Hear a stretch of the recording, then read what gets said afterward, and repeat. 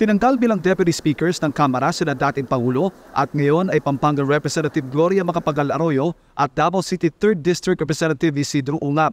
Sa sesyon itong Martes, Nobyembre 7, inaprubahan sa plenaryo ng mga mambabatas ang mosyon ni House Deputy Majority Leader Ramon Nolasco Jr. na tanggalin sina Arroyo at Ungab bilang Deputy Speakers. Pinalitan ng dalawang mambabatas ni Lano del Sur Representative Yasser Balindong at Isabela Representative Tony Pet Albano.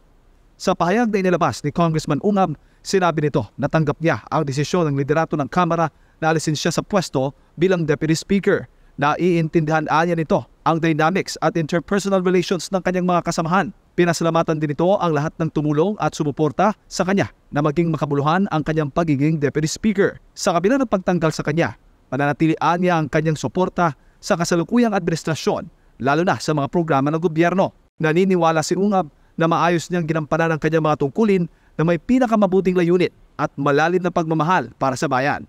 Samantala, may dalawang ipinundo naman si Congresswoman Arroyo kasunod ng pagtanggal sa kanya bilang Deputy Speaker. Aniya, mula nang malaman niya ang pabor ni Pangulong Bongbong Marcos para sa Speaker ay si Congressman Romualdez, nagpasya na aniya siyang susuportahan siya bilang Speaker. Ito aniyang laman ang sulat niya na ibinigay sa Pangulo.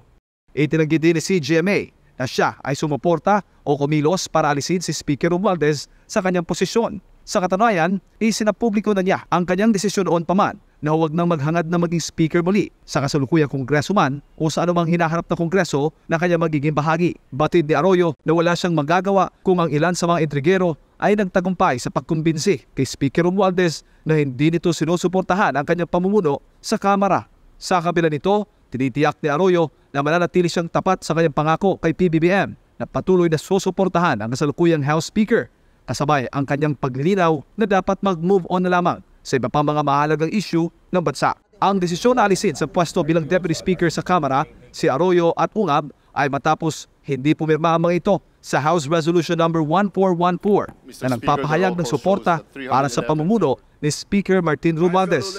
Noong Lunes, sa muling pagbubukas ng sesyon sa mababang kapulungan, ay sinabi ng House Speaker na lalabanan nito ang mga maninira sa Kamara. Tinukoy naman ni Senior Deputy Speaker Dong Gonzales Jr. na si dating Pangulong Rodrigo Duterte ang isa sa nais manira sa kapulungan. Matatandaan na sina Arroyo at Ungab ay mga kaalyado ng dating Pangulo. Pero una nang binigyan din ni dating Pangulong Duterte na nanawagan ito ng transparency sa pondo ng Kamara at wala itong balak na manira. Para sa Diyos at sa Pilipinas kumahal, ito si Jade Calabroso, SMNA News.